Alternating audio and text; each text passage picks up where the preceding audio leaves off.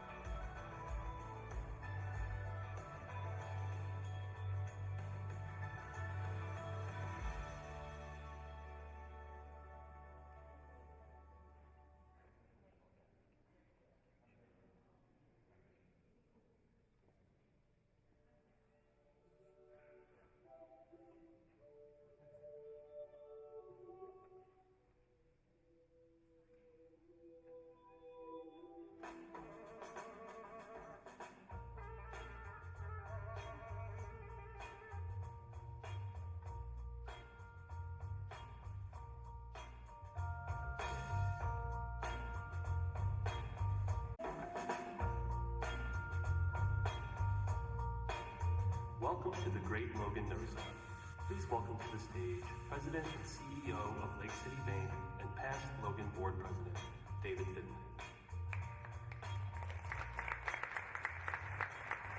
Good morning. Welcome to the 2021 Logan Nose-On. It's an anniversary of a lot of things today, but this is the anniversary for the Logan team of an incredibly challenging year.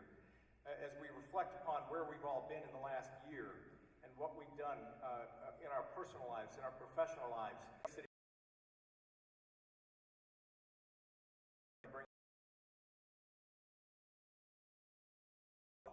I was just discussing with Matt Harrington our plan. And when you compare our plan to what the Logan team has had to do over the last year, it really reflects so positively on Matt Harrington and his entire Logan team. When you think about the challenges that this organization and its team have had delivering on the critically important mission in all of the markets we serve and all of the people we serve, they've just done an exceptional job taking care of our clients and staying committed to the mission of Logan. It is today.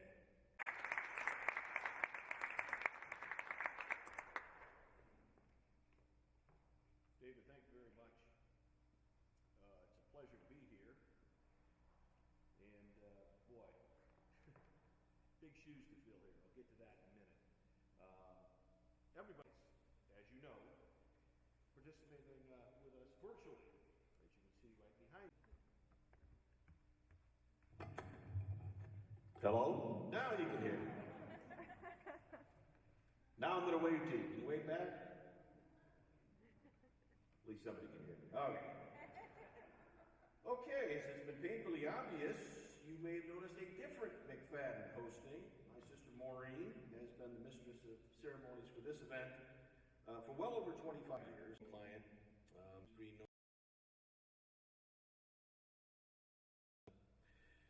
but we've always had this special connection to Logan and always will.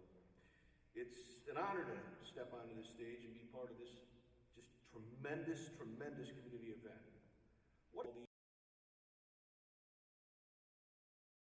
Using a simple green nose to raise awareness and create new opportunities for children, adults, and families with disabilities. Wheelchair-bound performer to win a Tony Award for featured actress. And the Nose-On has become such a big part of the community each year, thanks to so many sponsors who have embraced our organization, our clients, and our families over these many of some really amazing community partners. As we all know, events like this do not happen without the incredible generosity and volunteer effort, and to each and every sponsor who came out for us.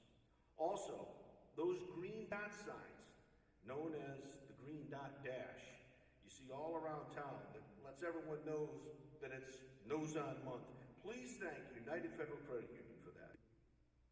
Green dot sign, well, you might be the winner of $2,500 if we pull your registered sign number later on in this program, so stay tuned for that. In addition to having a chance to win with a green dot sign, this year we have a chance to win fabulous prizes thanks to our South Bend Chocolate Bar gold ticket sponsors, Pokagon Band of Potawatomi, Four Woods Casino, Quality Automotive, and Van Horn Jewelers.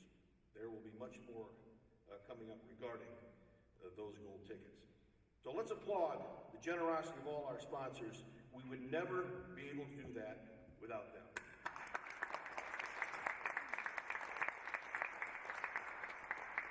Now I'd like to ask Matt Harrington, the President and CEO of Logan, to come up and say a few words. Matt?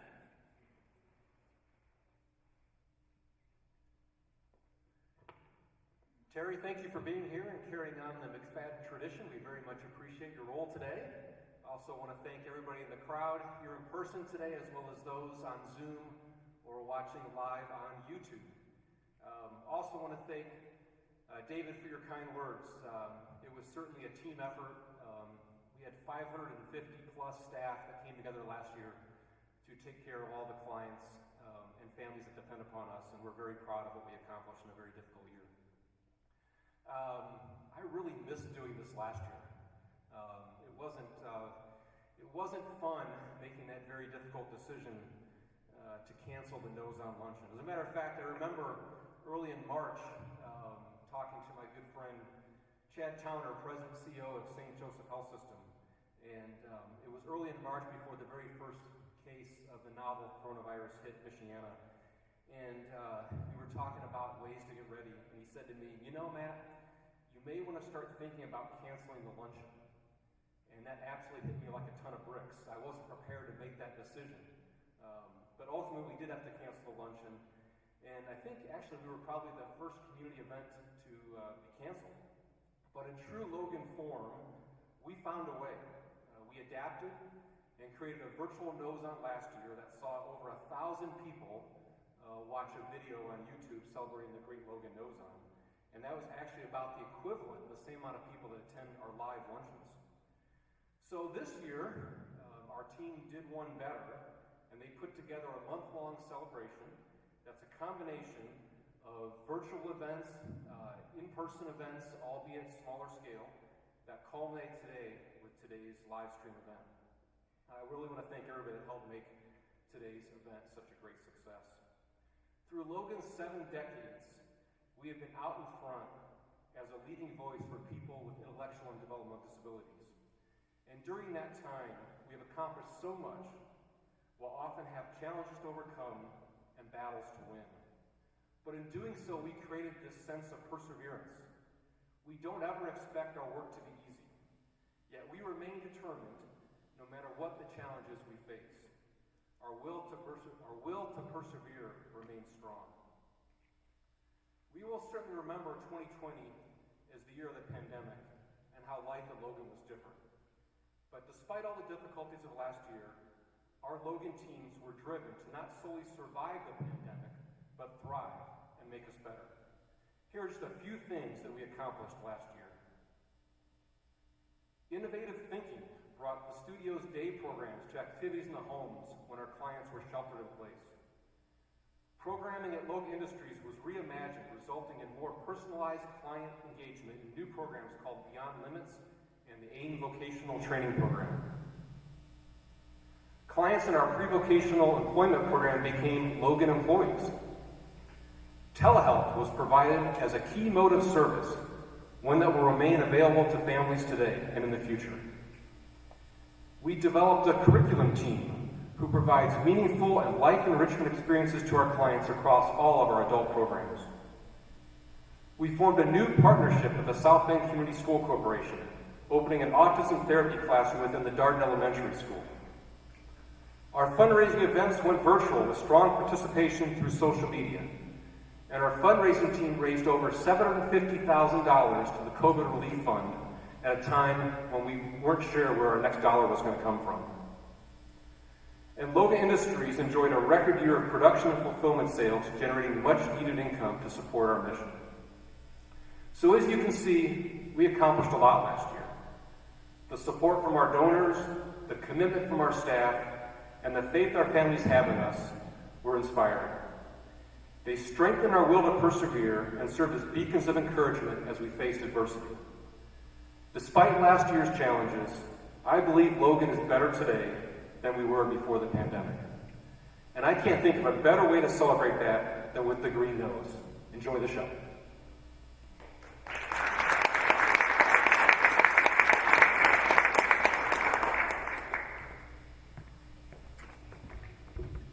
Matt, thank you very much. It's amazing what Logan was able to accomplish in this shutdown year. Just amazing. Thanks for reminding us of how Logan not only persevered but prospered in so many ways. We really do have a wonderful community, and thanks again for reminding us why we're so fortunate to have Logan right here in our own backyard. As we said, Logan wouldn't be here to serve clients and their families without the generous organizations that support Logan during the Nose On and throughout the year. And we want to share one such story here about a campaign started by Gibson in honor of a young woman named Sarah. And I'd like to call Tim Lehman and Becky Beckman from Gibson to the stage to share that with us.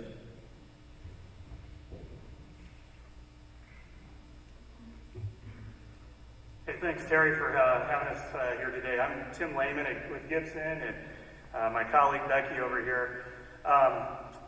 We'll get to Sarah in just a second, but I met Sarah's dad, Bob, first, almost 16 years ago when I was thinking about moving back to the Midwest, and connected with Gibson, and Bob was the closer of the interview. So went up to the Summit Club, one-on-one, and you'll see a theme here with Bob, too. He was a salesperson, one of the best I've ever worked with. And so I've gotten to spend the last 15 plus years getting to know Bob. And I first got to know him as a fellow salesperson, and later on as, I guess you would say, as sales manager. And if any of you have managed salespeople of some type, they're a finicky breed. I had an old boss that used to say they're like prized thoroughbred racehorses, you know. Some like their hair brushed left to right, some like their oats warmed. But everybody shows up to watch the horses run, so you better warm the oats if that's what they want. Bob gave me plenty of opportunities to warm his oats over the years, and brush his hair from, see how's that parted, I guess left to right. But also got to know Bob as a partner, and there was, you know, nobody on our team I'd rather go into battle with than Bob, even though, you know, he gave me a run for my money over those years. But I didn't really, you know Bob. I choke up every time I say this story, because I didn't really get to know Bob till I got to know Bob the father, and I met Sarah. And that was probably, I don't know, I think probably 6 or 7 summers ago. We were on vacation in northern Michigan and stopped by to see Bob and his family. And he told the story of how they brought Sarah home from China. And it's just, you got to have him tell you sometime. And I was glad I had sunglasses on that day, because, you know, I was like, I had to look away a few times. But there's a whole other side to this great salesperson and this awesome family. And of course, then when you get to know Sarah, any of you at Logan have had the opportunity to spend time with her, just an awesome young lady. So I think Matt and I were having breakfast probably like about a couple years ago now, right? We were at Peg's in South Bend having some breakfast. Matt was talking about some of the new programming he wanted to do as he had taken on the CEO role. And I also knew that Bob's 35 years with us was going to be coming up about this time. And we hatched a plan there to, you know, not the standard cake and punch party for Bob. We needed something bigger and better. And so we went and talked to Bob about this. Let's raise $50,000 for this. And again, the salesperson that he is, he's like, let's raise 100. So that's what we did. And it was just awesome support out there from our employees, from our insurance company partners, from a lot of people in the community here. And for me, it's one of those like win-win-win situations to honor Bob, support of Sarah, and then of course all the great work Logan does. So we were thrilled to be a part of it, and all the generosity that everyone showed, and also really feel honored to have a chance to honor the Sturdivant family with this too. So thanks to all of you that helped support it, and Bob, thanks for everything as well.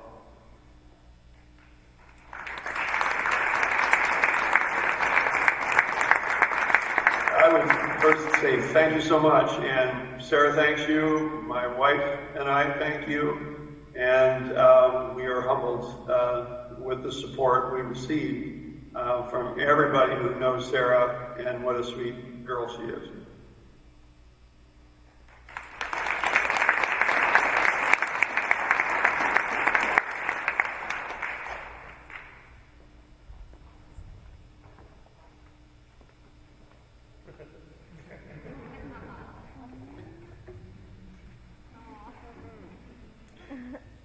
Wow. What an incredible gift to Logan by so many organizations. Simply amazing. And I just want to remind everyone at the end of the show today, we'll be drawing the winners of the gold ticket. And for all the friends and families of Logan who bought, you know, all those nose-on South Bend chocolate bars, you might be sitting on that gold ticket right now. So have those chocolate bar wrappers handy in case you have that winning gold ticket, just like Willy Wonka.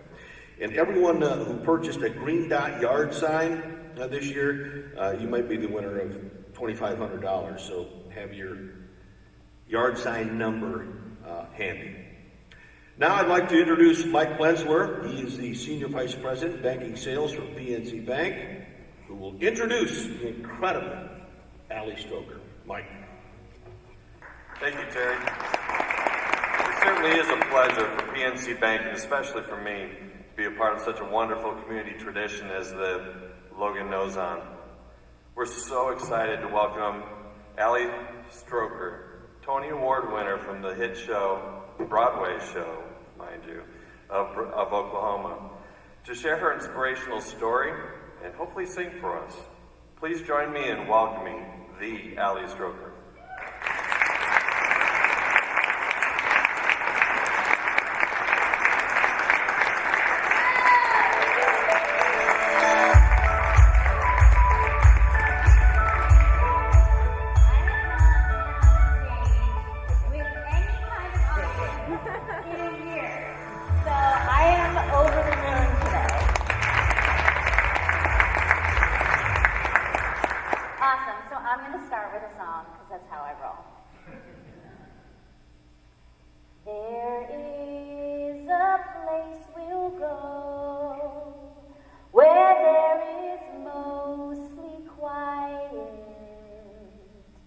Flowers and butterflies, a rainbow lives beside it, and from a velvet sky, a summer storm, I can feel the coolness in the air, but I'm still warm. And then a mighty roar will start the sky to crying, but not even lightning will be frightening my lion. And with no fear inside, no need to run, no need to hide, you're standing strong and tall, you're the bravest of them all. If on courage you must call, then just keep on trying and trying and trying. You're a lion in your own way. Be a lion.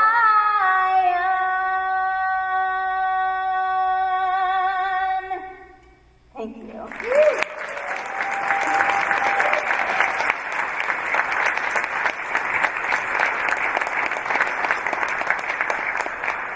Thank you so much for having me today. And I have never been to South Bend, so this is really cool. I want to share a little bit about my story. My name is Allie Stroker, and I have been in a chair since I was 2 years old. I was involved in a car accident with my mom and my brother on the street that we lived on in Ridgewood, New Jersey in 1989. I was 2 and my brother was 4, and I suffered a spinal cord injury from a spinal stroke. And I am paralyzed, for those of you who know much about the spinal cord, I am paralyzed from the C7-T2 level, which is about from here down. I wear a brace, and after I was injured, I was at a rehabilitation center for many months, and one of the things the doctors told my parents is they wanted me to be in speech therapy because they were afraid I wasn't going to be able to be heard. And my mom said, they were all very concerned, and obviously I was in tons of PT and OT and speech therapy, but little did they know that there would be no concern about me being heard. I came home from the hospital, and that's when my brother and I started our new life. And we were famous. We had appointments every day, lessons every week. Everyone in town knew who we were, and we were just supported in the most incredible way. That didn't mean that I didn't have a lot of questions as I got older. I remember, so I'm from Jersey, I am a Jersey girl, and we did a lot of going to the mall, because the mall is one of the most accessible places. And I remember it was sort of where I began to push really fast, and I could go off on my own. And so I remember one day I was at the mall with my mom, and it was the first time that I really began to clock that I was being stared at. And I said to my mom, "Mommy, why are people staring at me?" And she said, "Allie, they're staring at you because they've never seen anybody so beautiful in a wheelchair." And that was a really good mom response. But after I got a little bit older and reached my teenage years, I began to question that. And when I was 7, I was introduced to musical theater, and that's when my life really changed. My family had bought a house on the Jersey Shore, and we had next-door neighbors who had 3 kids. Their oldest daughter had just come home from summer camp, and she decided that she was going to direct a production of Annie in our backyard. She cast her sister as Molly, her brother as Rooster, our dog as Sandy. She cast me as Annie, and she cast my dad as Miss Hannigan. All summer we rehearsed. We watched the VHS of Annie over and over and over and over again. And I learned the show by listening and mimicking. I realized, I don't really know how to sing, but if I sound like her, then I can sing. So it was August. We sold tickets. The local newspaper, The Sandpaper, showed up, and I rolled out on stage. I was sporting a gold and green wheelchair, beach blonde hair down to my waist, red sweater. So I roll out on stage. All of our flower planters are filled with beach chairs, and all of the neighbors are watching.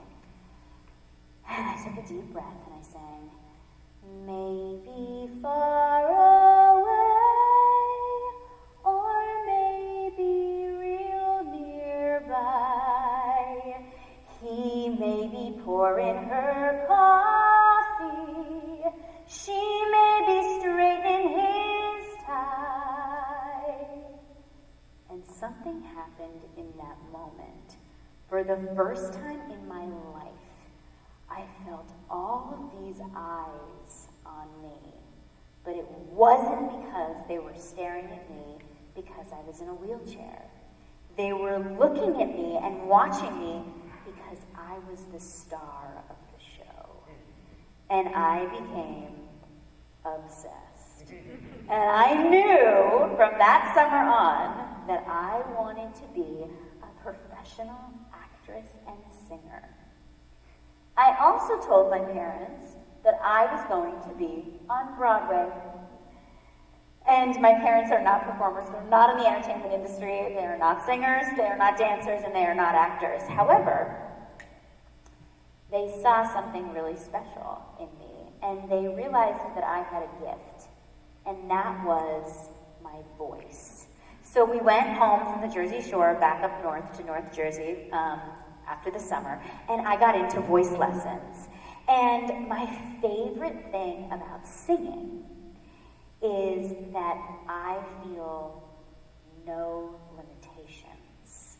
Living in a paralyzed body, you're really aware of what you can and can't do. And especially as a kid, I remember how painful recess was. You know, every kid loved recess, and I dreaded recess because it was a reminder of what I couldn't do. And when I watched kids my age jump and skip and run through the mulch and get on the swings and jump off the high playground, I really was confronted with the reality of what I could and could not do. But singing, and when I had voice lessons, and when I was doing a show, singing made me feel like I could run, like I could jump, like I could swing, like I could do anything. And this was another thing that I became obsessed with. And I would not stop singing. In fact, when I came home after we did Annie, I gathered up a group of girls on the playground in a circle and I began to teach them It's a Hard Knock Life. This was my way of being free as a kid. So I was really, really lucky that my parents found wonderful people in our town that were like, yes, bring Allie to the show. Yes, have her be a part of this. However, I did feel, as I began to get into theater, that there was some hesitation. How is she going to dance? She's in a wheelchair. And my dad always reminded me, Allie, make it up. Make stuff up. There is no one answer. Get creative. You can do turns and spins in your own way, and they're beautiful. And you're a great dancer. And Mom brought me into New York to audition for my first real professional audition when I was 11 years old. And they really got behind me. And when I graduated high school, I wanted to go study theater in New York City. And I applied early to NYU Tisch School of the Arts. And I didn't have any backups. I was like, there's no way I'm going anywhere else. Because when I went to tour other schools, I would get onto campus and I felt that feeling again, like in the mall. All the eyes were on me. And it wasn't because I was on stage. It was because of my chair. But when I visited New York City and I was rolling down the street, I was definitely not the most interesting thing coming someone's way. And this made me feel like I found my place. I found my people. I'm not different here. Everyone is different here. And so I get accepted into NYU early, and I am so excited. 18-year-old Allie getting to move to the West Village in Manhattan on her own to study theater. Oh my gosh. So I get there the first week, and the head of the drama department calls me. We're not doing email quite yet. And he says, Allie, we would love to sit down and have a meeting. Okay, great. So I sit down with the head of the departments of the theater program, and they said, Allie, we're so thrilled to have you. However, we're not sure if this is going to work out.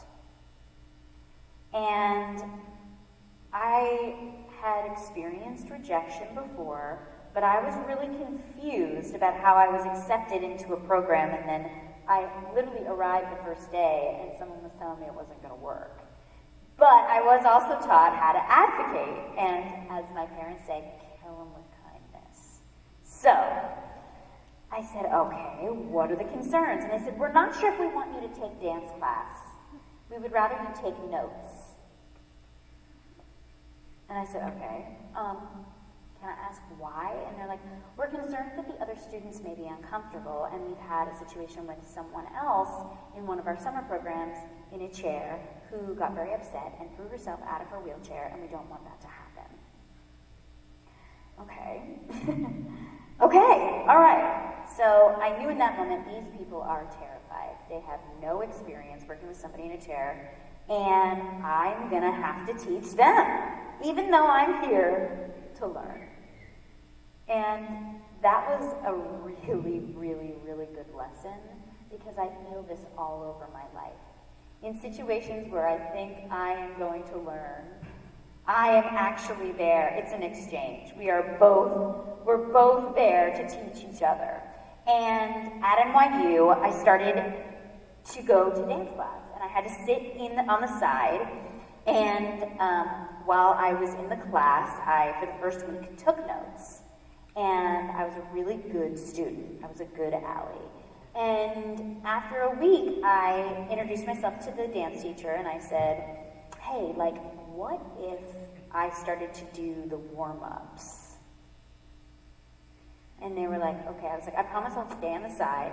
You know, I was really concerned about being in the way. And, you know, I think I'm 33 now. I think of 18-year-old Allie and how, like, patient and persistent she was. Because 33-year-old Allie is like, are you kidding me? In the way, you are the way. So when I started to take the dance classes and I started to do warm-ups, the music would turn on and I danced so hard. I mean, I was like Beyonce at the Super Bowl. I was just giving every ounce of energy anytime I got the opportunity to dance. And something amazing happened in the room. Everyone else started to do better. They all started to give more. And the kid who was on the side saying he couldn't take dance class because he had a broken toe, I was like, come here, come sit next to me and do the dance class in a chair. Like, no excuses. And I learned how to translate. I learned how to translate movement for my body, for my vocabulary, my physical vocabulary. And I want to share with you one of the things that I figured out how to do. So in Ballet 1, you learn how to do pirouettes. Pirouettes are beautiful turns, and usually, this is how it works. You prep, and then you releve, which means you go up on your tiptoes, and you put your arms like this, and you turn. Okay, so I thought to myself, I want to learn how to pirouette. Vocabulary, arm, same prep, up into a wheelie, and then a turn. And I did them really slow until I got really fast. And I left NYU with the confidence that no matter what situation I would ever be in, I did not have to wait for somebody else to show me how to do it. That I was the master. I was aware of something.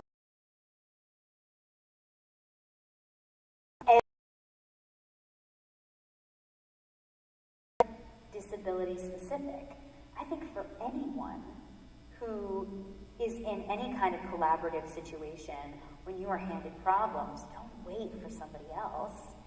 Get creative. That was my motto. And then I graduated, and this little show called Glee hit the air. And I was so excited because there was a character in a wheelchair who sang and danced and was acting on the show. And I was like, oh my gosh, I don't have to make something up. I don't have to reinvent the wheel. I don't have to sell somebody on the idea of this. I fit into this world. And then I found out the character wasn't actually in a chair. And I felt really tricked. And one of the things that I speak about all the time in my work is how important authentic representation is. And so I was disappointed in that, but I also felt like this could be a really good opportunity because not only would I fit into that world, but I could bring authentic representation, and this is what I do. So I auditioned for the show, and I waited 3 years, and I never heard anything. And I was pretty discouraged. I was like, I guess Glee isn't going to happen for me. And then the Glee Project began to be advertised, which was a reality-based TV show where you competed for a role on Glee. And my first thought was like, I am a professionally trained actress. I am not a reality TV star. I cannot do this. And then I said to myself, Allie, be open to how you're going to get your dreams, how you're going to approach, solving this challenge of getting on Glee. And I auditioned for the Glee Project, and I ended up being cast on the show. And it was actually the perfect opportunity for me because everywhere I went, I was new in the industry, people wanted to know what the deal was. Why are you in a chair? What's with the chair? Is the chair permanent? And on the reality TV show, I could tell my story and share why I was in a chair, and it was a platform to just kind of tell the world so I didn't have to deal with it every single time I was auditioning or working. And then I also got to perform, and I ended up on Glee. So really, I got everything I could have ever wanted. And after I did Glee, I really, and I shared the story about Annie. I had wanted to be on Broadway since I was 7.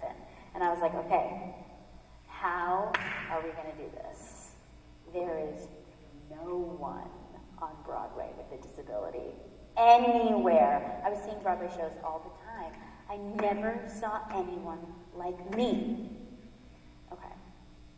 So I moved to LA, and I auditioned for a show called Spring Awakening with Deaf West Theater Company. And Spring Awakening is this amazing rock musical that first came out on Broadway in 2005. And it was 2010 at this point, and I was like, you know, this show is being done again.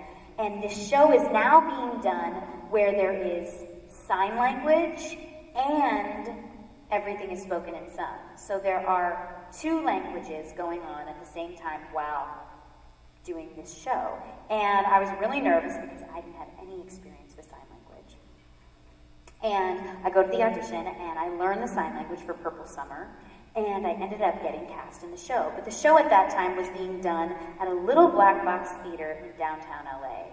And never in my wildest dreams would I think a small show in Los Angeles would take me to Broadway. However, a year and a half later, I got an email from the producers while I was teaching in South Africa telling me that we were going to Broadway in 1 month. And I screamed, and I cried, and I told the kids, and it was the most amazing moment because one of them raised their hands and they said, "Miss Allie, what is Broadway?" And I said, "Thank you." And of course I explained, but it was such a reality check of my world versus, the rest of the world. And so I made my Broadway debut in 2015 and became the first person in a wheelchair to ever be on Broadway.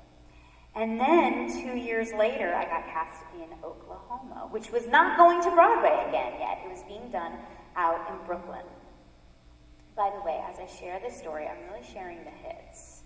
There were a lot of low moments throughout all of this. I share the successes, I share the things that mean so much to me, but I also have to acknowledge that between all of these wonderful things that have happened to me, there were just so many challenges, so many days of waking up and being like, what am I doing? What am I doing today? When you live as an artist, you don't have somewhere to go. You don't have an office. You don't have a team. You don't have a boss. You're just constantly figuring it out on your own. And when I was cast in Oklahoma, they were doing a dark, sexy version of Oklahoma. And I was like, what does this mean? Because I've never seen Oklahoma sexy. However, I was like, I'm going along with it. They were like, it's very different. It's out of the box. And I was like, well, that's me. And so I auditioned for 8 Annie, and I wheel into the audition room, and I sang, It ain't so much a question of not knowing what to do. I know what's right and wrong since I've been 10. I heard a lot of stories, and I reckon they are true, about how girls are put upon by men. I know I mustn't fall into the pit, but when I'm with a feller, I forget. And I got cast in the show. The show had a 6-week run out in Brooklyn, and then 3 months later, we found out the show was going to Broadway, and I was going to be on Broadway again, playing a bigger role this time, playing a dream role this time. And 4 weeks after opening the show, I find out I'm getting nominated for a Tony Award, and my whole life exploded. It was so exciting and really challenging because I was doing 8 shows a week. Our show was 3 hours long. and I was exhausted. And when you're nominated for a Tony, it's sort of like running for mayor. You have press, you are meeting the producers, you're meeting the people that are all involved with the show, you're invited to luncheons and dinners and cocktail parties, and this was all on top of doing the show, and it was beyond my wildest dreams. And then the Tonys happened, and I was performing Can't Say No at Radio City, and 15 minutes after I performed that, I had to get back into my red carpet look for my category. It was being announced, and I'm sitting backstage with my fiance, and I hear them call my name, that I won. And I rolled out onto the stage, and 5,000 people in this theater were on their feet, giving me a standing ovation. And the only way I can actually describe how I was feeling was, you know how I talked about what it was like to sing, where like there are no limitations? That's how that moment felt. For so much of my life, I felt like I had to prove myself. And finally, I had arrived at a place where people were like, no, you don't have to prove yourself. What you do and how you do it, we're going to celebrate in this moment. And you are a part of this community. And that's all I ever wanted, was to feel like a part of something and to feel like I was able to perform at the highest level. I was so aware as a kid at times that maybe people didn't think I could do it. And to arrive there changed everything about how I felt about my confidence in going after what I wanted in my life.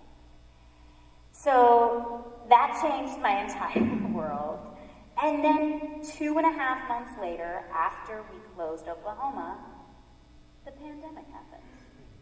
And here we are. And this past year has been so challenging and so wonderful because I needed a break in the deepest way. I needed to stop. However, I miss this so much, like so much of my joy, my purpose, when I feel like my most powerful self is on a stage. It's when people are looking at me and they're not just looking at me because I'm in a chair, because I can hold the room, because I can perform. And so I just want to thank you for inviting me here today, and I hope that this is like the first of a lot more now of being with people on stage. I don't think there's anything like live performance, and I certainly am starving for it. And again, like I've used my motto this year more than ever before, which is turning limitations into opportunities. And what I can see and feel from Logan is that is exactly what you all do every single day, and I'm so grateful for all of you. So I want to finish with a final song, and then we're going to do a little Q&A because I've done plenty of talking myself. This is Million Dreams from The Greatest Showman.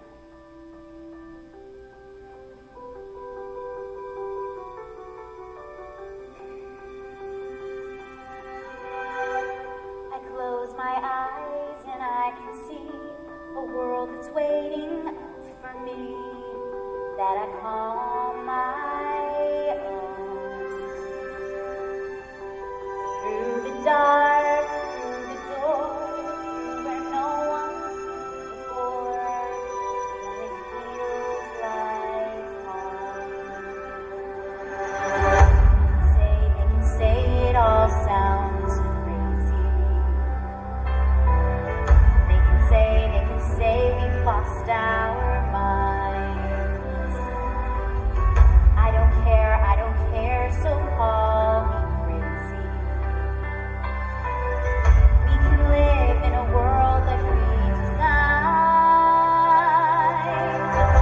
Every night and I am the brightest colors fill my head, a million dreams are keeping me awake.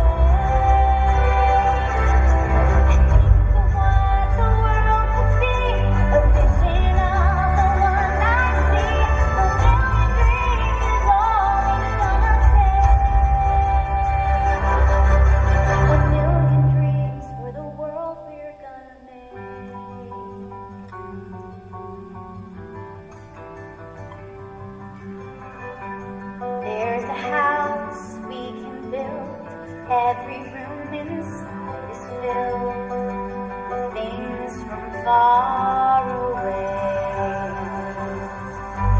Special things I compile, each one there to make you smile on a rainy day. They can say it all sounds.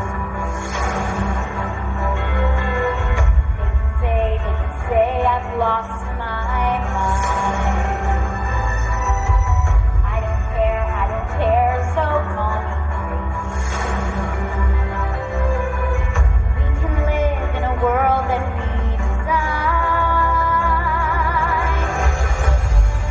I lie in bed, the brightest colors fill my head. A million dreams are keeping me awake. I think of what the world could be, a vision of the one I see. A million dreams is all it's gonna take. A million dreams for the world we're gonna make. However big, however small, let me be part of it all. Share your dreams with me. You may be right, you may be wrong, but say that you bring me along to the world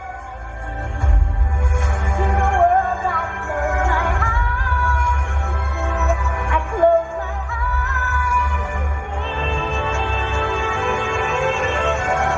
One night I lie in bed, the brightest colors fill my head. A million dreams are keeping me awake. I think of what the world could be, a vision of the one I see. A million dreams is all it's gonna take. A million dreams for the world we're gonna make.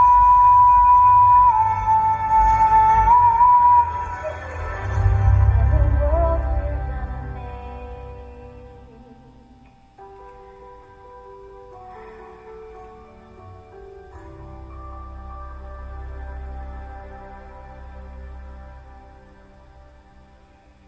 Thank you.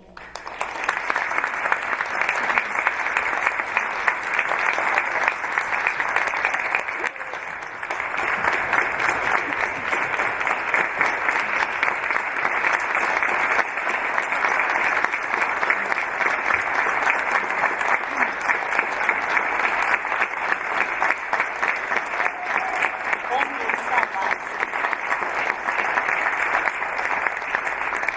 Thank you. So now I is it cool if we open this up? It's totally cool, but we first want to thank you for inspiring us and showing us how we can all express ourselves. And to take your own words, we love the way you roll. Thank you. Thank you so much. So Allie is going to take some questions from the audience, and I'll step out of the way. And Thank you. Thank you so much for having me. Yeah. Okay, cool. Hi, Ellen. Hi, amazing. You have a mic too. Well, Terry just said inspiration, and I've heard you say in interviews before that you don't really like being referred to as an inspiration. Can you explain why that? Yeah. I mean, here's the thing. This is a word that we hear all the time around disability. And it's really nice to say, but as somebody who lives with a disability, I always am curious about what else. What else did you see or feel about me? And I think as a society, we are taught and we are conditioned to not engage directly with disability. Now, I know I'm sort of like preaching to a choir that's actually not on board with that because you all are a part of Logan. However, one thing that I see it constantly is the way that parents teach their children not to ask, not to point, and not to engage with somebody with a disability because it might be rude. And I think it's really important that we shift that, because what that leads to is adults who still feel like it's not polite to engage with disability. And I think that's part of where we get, where we hear, you know, inspiration, inspiration, inspiration, because it's a way to engage with disability, but still be polite. And I'm just one of these people that really wants to dig in a little bit deeper. And I also feel like it keeps us separate. It doesn't allow us to meet as equals. And what I mean by that is that for somebody who is not disabled, to call somebody who is disabled inspiring says something about, like, your experience is so far beyond what I might be able to do. And the truth is, if any of you tomorrow were in an accident and ended up in a chair, you can do it. You could all do it, whether you think you can or not, but you could. So I sort of like to dismantle the inspiration compliments because I think there's more there. And I think the truth is that disability can be scary, and it also can be really exciting, and it can be challenging, and it can be really intimate, because the reality is my life, I need people and I need help. No matter what age I am, I'll never age out of that. And I think that really boils down to something about our human existence that scares people. And that's okay. It's okay to be afraid that you need other people. But that is, I think, one of the gifts of disability, is that there's a constant exchange of receiving and giving. And I was talking to a new friend last night who has a disability, and I was telling her that, like, one of the ways that I like to think about receiving help is that I'm also giving something to someone else. That who doesn't love to feel like a good helper? It, like, goes back to our first grade selves. So I really believe that there's an exchange there, and that inspiration can kind of, this sort of inspiring compliment can keep us separate, where especially 2021, we are looking to connect. Allie, thank you so much. We're so lucky that Yeah, thank you. What are some of the biggest things about having a disability that people get wrong? Oh, I love that. Okay. Well, one of the biggest things that I talk to my home team, my closest people about, is that sometimes I think in our desire to help people with disabilities, we're thinking more about what we want versus what the person with a disability may need. And so one of the things that I always encourage, people who are helping or offering help, is to really listen and ask the person with the disability what they want, to give them some power in the situation. So I observe that often. I also just observe that sometimes people have decided in their head what it means to be in a chair or what it means to be disabled. And what is so cool is that every single person with a disability feels differently about it. Like, there's no one across the board, perspective. So this is not where people get things wrong, but I always encourage, instead of assuming, to engage. And when you engage, I really don't love when people ask me what's wrong, because I don't really feel like there's anything wrong with me. I just feel like I am me. And so I always encourage the language of, like, what is your story? Or what's your background? And then you learn so much about the person with the disability, because they are able to share what they want to share, versus feeling pressured to be like, I was in a car accident and then I have this diagnosis, or whatever, fill in the blanks. Instead, I can be like, I was injured and when I was 2. Like, for me, if it was somebody I didn't know that well, I would be like, oh, I was injured when I was 2, and then I would go on to tell them about my life and my career. So, that's what I want to share. So I think we learn so much by asking questions and not assuming. So those are and also one last thing, and this is sort of maybe something that might resonate with you all. The equipment and wheelchair industry needs some help. Because I cannot tell you how much frustration, my chair is my literal, vehicle to life, to my independence, to being able to do anything. My wheelchair's with me, across the board, everything I do. And we've advanced so much in technology, and yet the wheelchairs, I feel like, are still not up to speed for me. And every time I get a new chair, it's like relearning how to use language that, somebody might relate to, like relearning how to walk, right? And so when I get in my chair, it's sort of this like dating phase until we're like together. And, it's kind of clumsy. I'll fall, I'll have issues with my chairs. Sometimes I'll get a chair that was custom fit and doesn't fit correctly. So the wheelchair industry, for anybody that you're working with who has a chair, engage with them on what they, where they're at with their chair, if they like it. And I think it's time to push the needle a little bit when it comes to equipment for people with disabilities. And if you are an inventor or you like any of that, we should talk. Hi, Allie. Welcome to South Bend. Thank you. And what's something that you have learned over your life that you wish you could tell your younger self? I love that question.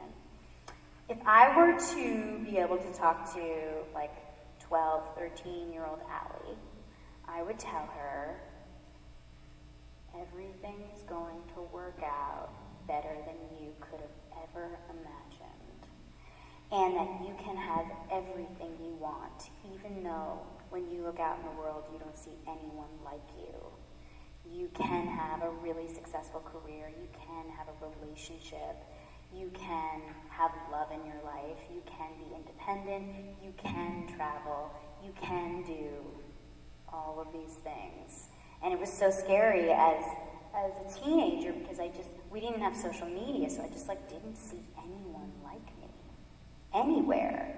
And it's very, very powerful to not have role models and representation in that way. So I think I would just love to tell little Allie also be patient. Patience. It's okay. It's all timing is everything. It's all going to work out. However, at that point in my life, I was I used to describe it as I would come into new places and I would feel like I was being stung by a million bees of just the shame and the fear of just how I was going to be received in the world. It was so unknown to me. But I also know that that's what builds character, and that's why I am here and able to be in front of a group of people and talk about myself, because I felt the other side of that, which is don't look at me. And now I'm look at me.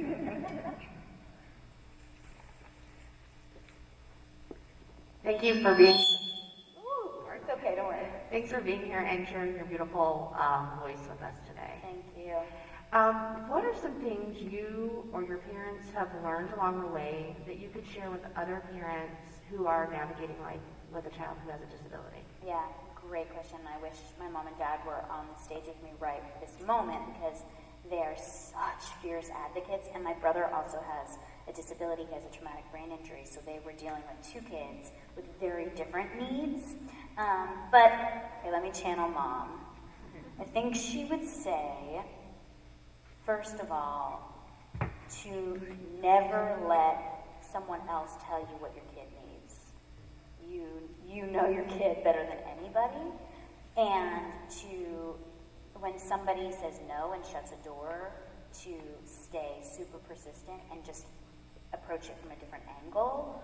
Also, this is sort of now my dad, it's really important to have a team. As parents, you can't do everything on your own. So to have a team of people and to try to get the best people you know.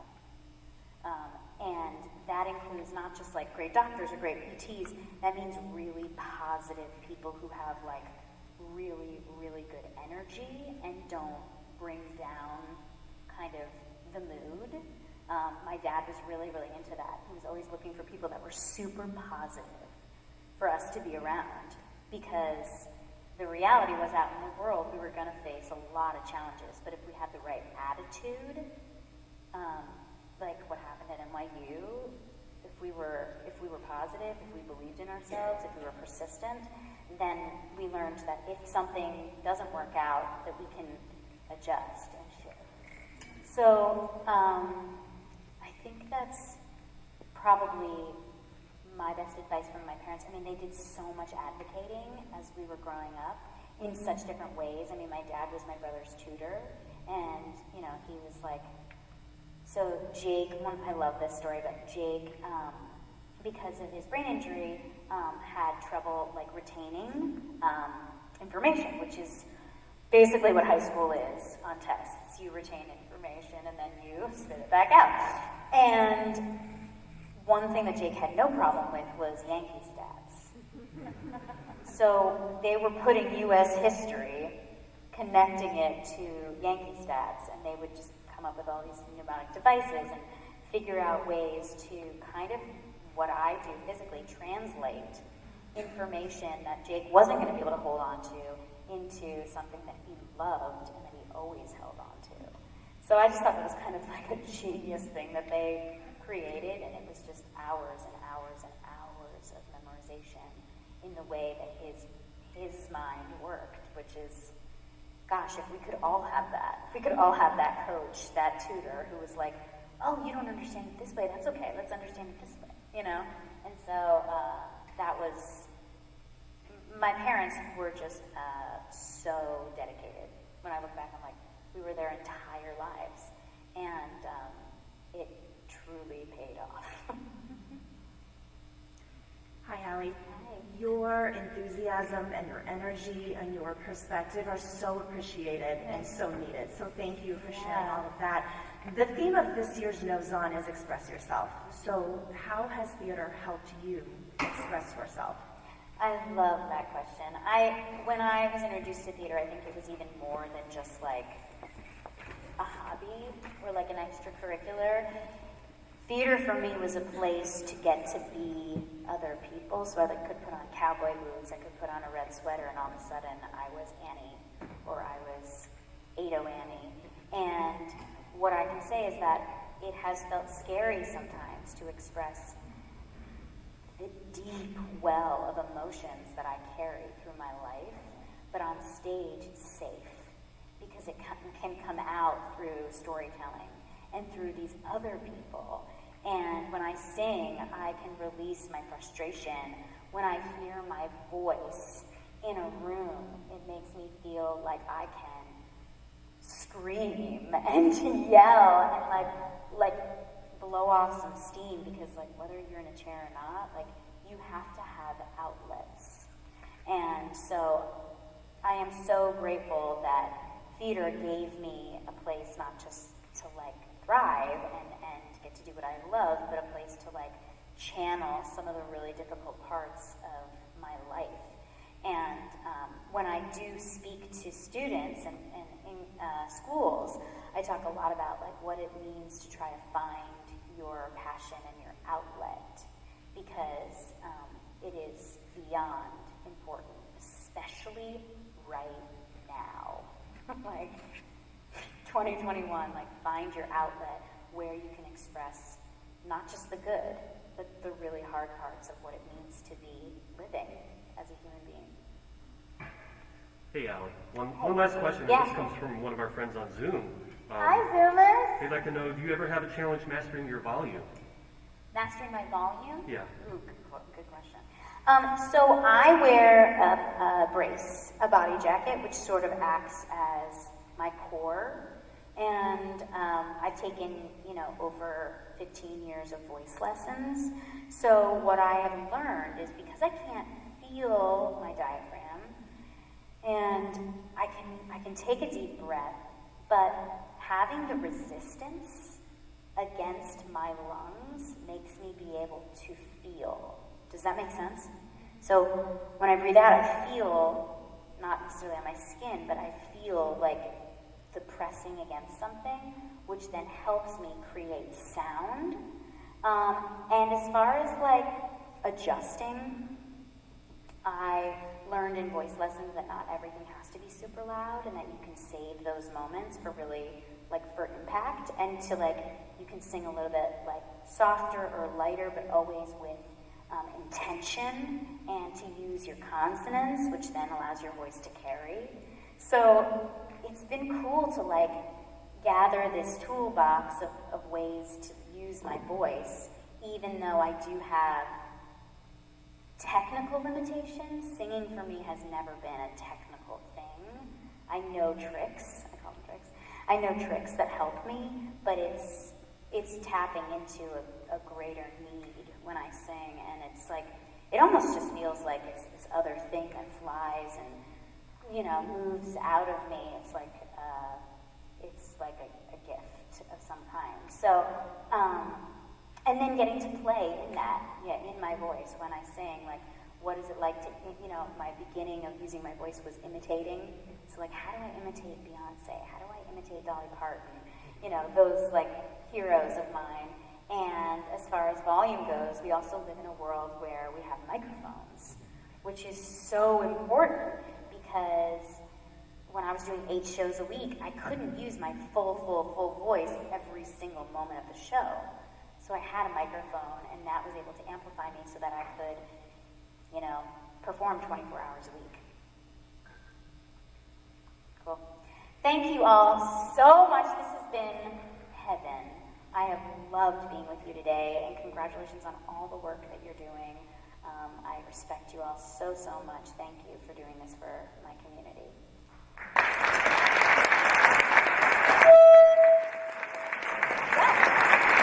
Good answer. Thank you.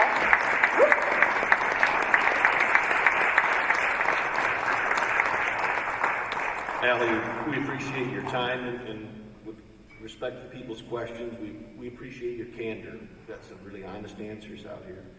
I think it helps us all here. We're not done. We're getting there, but we want to draw the winners here. The green dot dash sign, and so we want to call to the stage Carla Fazio King from United Federal Credit Union. Carla.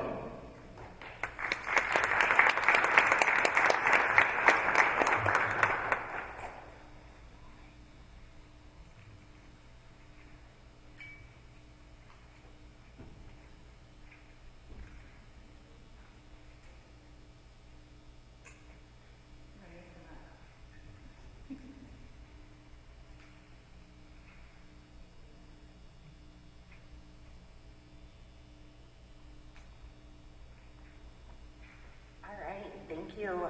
United Federal Credit Union is so proud to be able to sponsor the Green Dot Dash this year, signs. And so I'm excited to announce that the winner of the $2,500 is ticket number 70. So congratulations.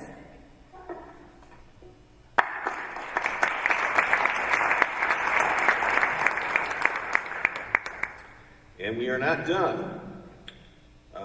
Katie Brenneman from Van Horn Jewelers is going to pull the winning number of the candy bar raffle.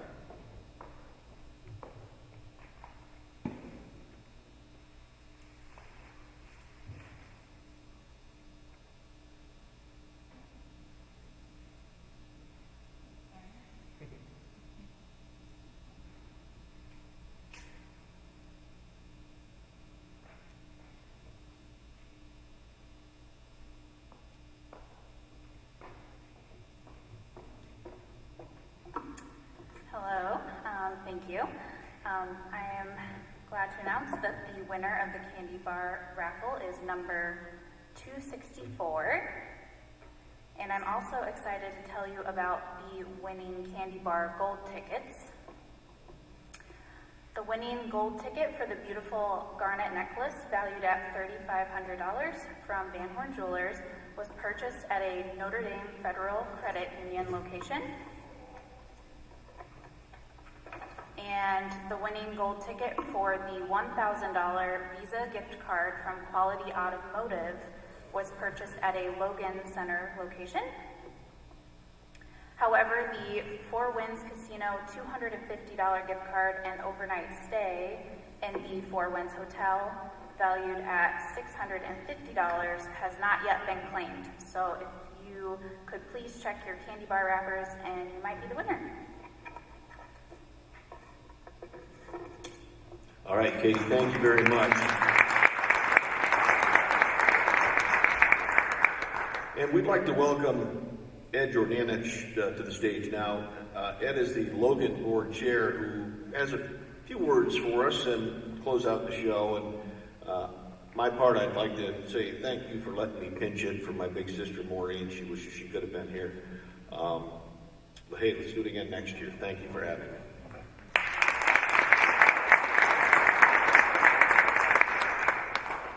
Thank you, Terry.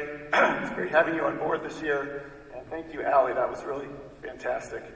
What a morning and what a month. I just want to take a moment to thank the marketing and development teams at Logan for making this innovative nose-on so much fun.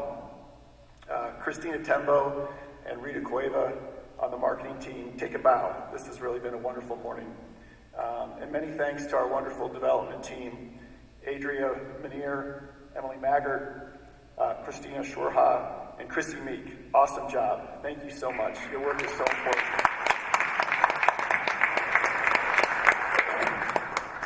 We can't wait to gather with you again next year, in person, to celebrate the Great Logan Nose-On Tuesday, March 29th, 2022.